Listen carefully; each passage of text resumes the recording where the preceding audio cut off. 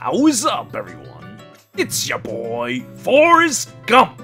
And today, we're going to have a little discussion about the FEH Channel. Well, more to the point, my thoughts on the 40 summon spark system that they finally introduced to the game. So how it works is actually relatively simple. By making 40 summons on a new hero banner, you get a free hero, once per banner. However, new hero banner means no special heroes like seasonals and such, and no mythical legendary banners, just new stuff that they put out, like this Fates Revelation banner featuring me, Forrest Gump. So I feel like I've been kind of discriminated because I'm riding on a horse, so my BST is gonna be crap, and I'm also demoted, but that makes me easier to get me, Forrest Gump. But anyway, so if you were to spend on a full wheel, plus the free summons and tickets that you get, 40 summons, which normally should be about 160 orbs, would come down to 135 orbs. So for a minimum of 135 orbs, you get to pick a color, and you get to choose a hero. Strings attached, so thank God for that. This is a wonderful system that Fire Emblem Heroes should have had years ago. Honestly, I'm surprised it took them this long, considering the implications of such a system. Let me explain. Remember a little while ago, I was talking about how Fire Emblem Heroes is perfectly viable for free-to-play players, and that is because the game is poorly designed? I mean, just think about it. Things like Blade Tome, Fury, Desperation, and all those easy and very viable skills being freely available. And then you have the fact that you can easily 5-star your characters through feathers that we're just getting out the ass. And then there are all these free units we've been getting over the years, and we're going to get more. Free-to-play players, listen, if they have any shred of patience, could potentially save up for whatever they want, and can stay on top of the game as a result. So, with Grails and such, you can even invest on something like the Flame Emperor, and you can have an avenue for scoring pretty high, or at least decently, there as well. Now, where am I going with this? You see, Fire Emblem's business plans for this year has been one where they're now aggressively trying to cater to the middle class and below. You know, the dolphins and such. They have to call themselves that, it's so stupid. But anyway, we talked about this before. And now, the Burger King pack that everybody praises, well, now it's the Lin pack, has been mutated, well, sort of, into a monthly atrocity called the FEH Pass. I mean, those two are separate things, but consider this. I believe the value is about pretty much the same. It's a little more expensive, $10 versus $5, but anyway, we've discussed this to death already, so I won't bore you with details. But know that despite all the outrage people gave over, oh yeah, you know, probably our agreement to all stats, there are plenty of people who'd suddenly make exceptions to it because, oh, so and so got a resplendent skin. Oh, if Camilla gets a resplendent skin, I will get the stupid FEH Pass. Yada yada yada yada yada. So the bottom line is, they managed to trick people into spending money on something like this. Now, the same principle applies here. The Spark Summoning System. The Spark Summoning System is a very evil plan to get people to spend money. I mean, think about it. Whales are going to spend money, right? People who have money, they don't have any issues. If they want to spend money, they will spend money. So if intelligence systems wants people to spend more money, they want to get more money, they're going to have to tax the general populace as well. But this time, though, unlike the FEH Pass, this is actually a really nice, enticing strategy, as pretty much everyone, whales or whatnot, can benefit from this technique. So this goes back to the whole psychology thing with spending money. Fire Emblem Heroes has always benefited from, well, being Fire Emblem. So generally a stupid technique like, oh, putting your favorite characters in a swimsuit, or offering skins the FEH Pass, you know, putting them in different clothing because, you know, crazy about dressing up other characters. But anyway, That's more than enough to work for some people. Now, for guys who are more into actually playing the game, you now have a choice of either, well, the newest power creep character, or simply just one of your favorite characters that are good. I mean, like, look, I know a lot of friends that don't mind that loves Rinka, and with a minimal payout of 135 orbs, you're going to have a Rinka. But you're also going to have another thing altogether: a tough time saving orbs. While it is totally possible to do this as a free-to-play within a month, I know plenty of people who currently even struggles to save up like more than 50 orbs at any given time for whatever reason. So now you've been given cause to save up. Except, well, you know, when you find yourself at the mercy of this happening banner after banner, your orb expenditure is going to be off-balanced. Again, you can probably still manage to keep it up because free-to-play orbs per month is actually pretty damn plentiful. Like around 200 to 300 range if you actually do everything. The problem is, what happens after? What happens after? You have a great deal, maybe a Hero Fest, or maybe you have a hero you want, Mythic, well, for some reason, because you knew who Grammymon is, and I don't, except for the fact that I think of him as a man with brain damage, with multiple personality disorder, and identifies as neither male or female.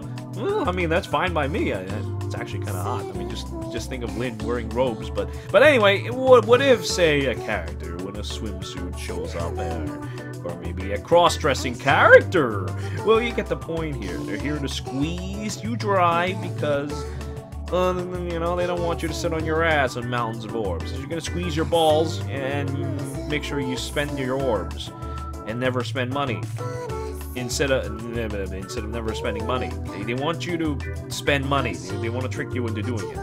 Damn. That's a tongue twister for some stupid reason. Anyway, I mean, think about it. Imagine yourself in a situation where you have 100-something orbs in, right? Oh, you're this close to getting your free unit. Oh, you got so much sunk costs. How could you just let it go? You're gonna feel terrible if you did let it go. It's gonna take some... I suppose, I mean... besides self-control, is just being plain poor to let that go. So that's when you have to make the ultimate choice. Say you have the option to actually spend money, you would either turn to the dark side or suffer in pain. Now let me tell you from experience. Once you spend money on a game, it'll start to grip you. Sometimes it'll make you feel that it's okay. It's only a little bit of money. And before you know it, you have done something truly deplorable.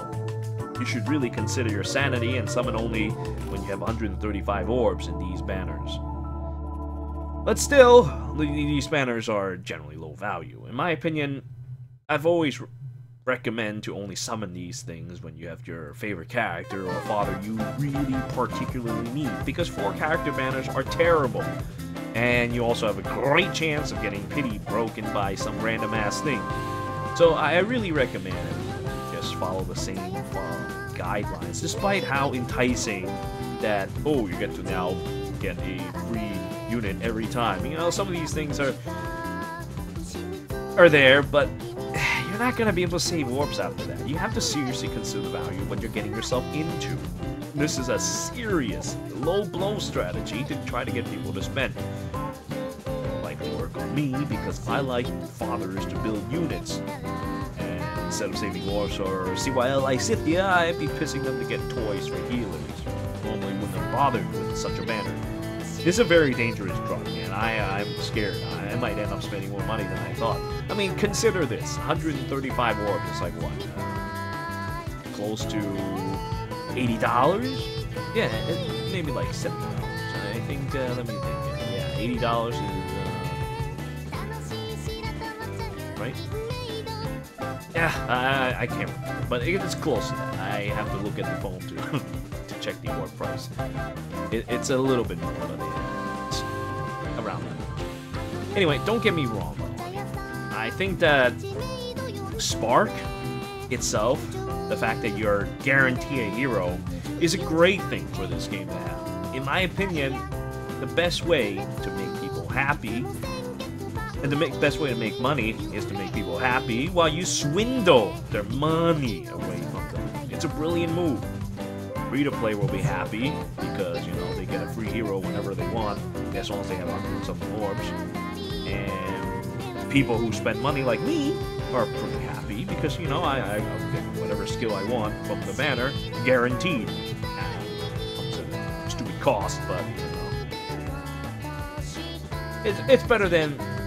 I mean, look, I summoned for Veronica one year, and I had really terrible luck. What was it, like 500 orbs before I finally get one? It's terrible. So this gives me a little bit of safety net, but it doesn't really matter at all, because I was summoning to try to plus 10. This is only for if you really need fathers, if you're a spending money person. Well, I guess it doesn't make it plus 10. Plus 10 is so stupid. I hate that system. They should have just left it at like plus 5 or something. Plus 10 is so expensive, it's not good. And, well, whatever. Anyway, so, yeah, it's a brilliant move. Honestly surprised it took them this long to realize this. And, what else to talk about on this FEH channel? I guess, the free hero thing should be simple enough. Try for green, get Hector, or Julia, and Piedra, and stuff like that. You get your 5 stars value out of that. Blue and red if you like playing Russian roulette for quality orbs, quality character, but it's pretty tough. You want to get that God feel it. It's gonna be a little tough. You have a really bad odds. The blue is probably a little bit better, but yeah, Tsukasa is hidden, well hidden. Bunch of other characters. It's just a terrible game of Russian roulette. Of course, it's not nearly as bad as Colorless, where if you just want to shoot yourself in the head, you just shoot yourself with a fully loaded gun. That's what that is. I feel bad for anyone who somehow gets a full circle of Colorless. You know, I'm a fan of summoning Colorless, but in this banner, yeah, you can kiss my ass. I'm never going to summon Colorless on this banner. This will give you maximum brain damage. And then what else? Oh yeah, Marth has no pants. Sorta. They had to kind of censor it because, you know.